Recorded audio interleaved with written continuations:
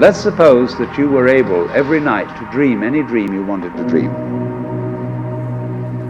And that you could, for example, have the power within one night to dream 75 years of time, or any length of time you wanted to have.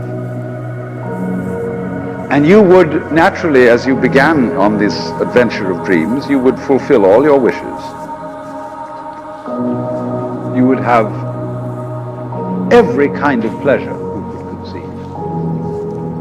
And after several nights of 75 years of total pleasure each, you would say, well, that was pretty great. But now let's have a surprise. Let's have a dream which isn't under control. Well, something is going to happen to me that I don't know what it's going to be. And you would dig that and come out of that and say, wow, that was a close shave, wasn't it? Then you would get more and more adventurous, and you would make further and further out gambles as to what you would dream. And finally, you would dream where you are now. You would dream the dream of living the life that you are actually living today. That would be within the infinite multiplicity of choices you would have, playing that you weren't God. Because the whole nature of the Godhead, according to this idea, is to play that he's not. The first thing he says to himself is, man, get lost. Because he gives himself away. The nature of love is self-abandonment, not clinging to oneself. Throwing yourself out, as in, for example, in basketball, you're always getting rid of the ball. You say to the other fellow, have a ball. See? And that keeps things moving. That's the nature of life. So in this idea then, everybody is fundamentally the ultimate reality. Not God in a politically kingly sense, but God in the sense of being the self, the deep down basic whatever there is. And you're all that, only you're pretending you're not.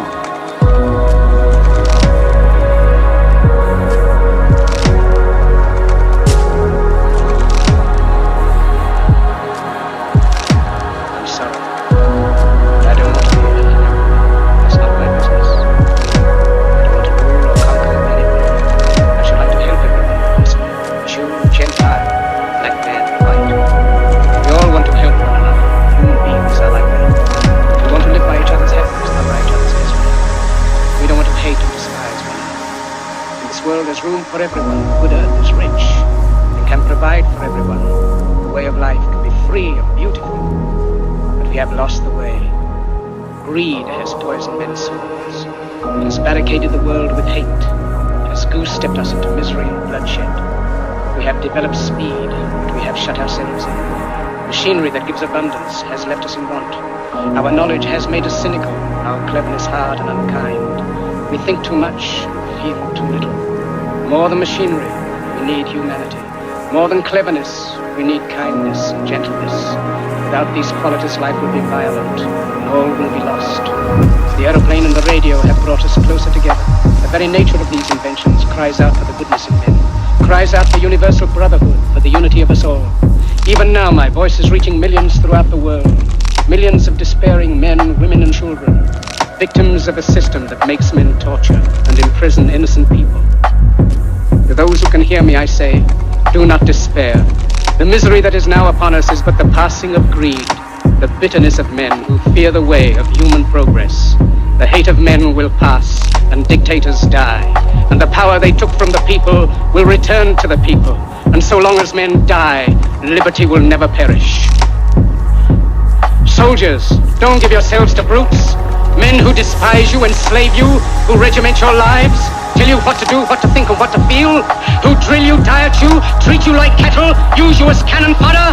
Don't give yourselves to these unnatural men with machine minds and machine hearts. You are not machines, you are not cattle, you are men. You have the love of humanity in your hearts. You don't hate, only the unloved hate, the unloved and the unnatural. Soldiers, don't fight for slavery, fight for liberty. In the 17th chapter letter of St. Luke it is written, the kingdom of God is within man, not one man nor a group of men, but in all men, in you. You, the people, have the power to create machines, the power to create happiness. You, the people, have the power to make this life free and beautiful, to make this life a wonderful adventure. Then in the name of democracy, let us use that power. Let us all unite. Let us fight for a new world, a decent world, that will give men a chance to work, that will give youth a future and old age a security. By the promise of these things, brutes have risen to power, but they lie. They do not fulfill that promise. They never will. Dictators free themselves, but they enslave the people. Now let us fight to fulfill that promise. Let us fight to free the world, to do away with national barriers, to do away with greed, with hate and intolerance. Let us fight for a world of reason, a world where science and progress will lead to all men's happiness. Soldiers, in the name of democracy, let us all unite!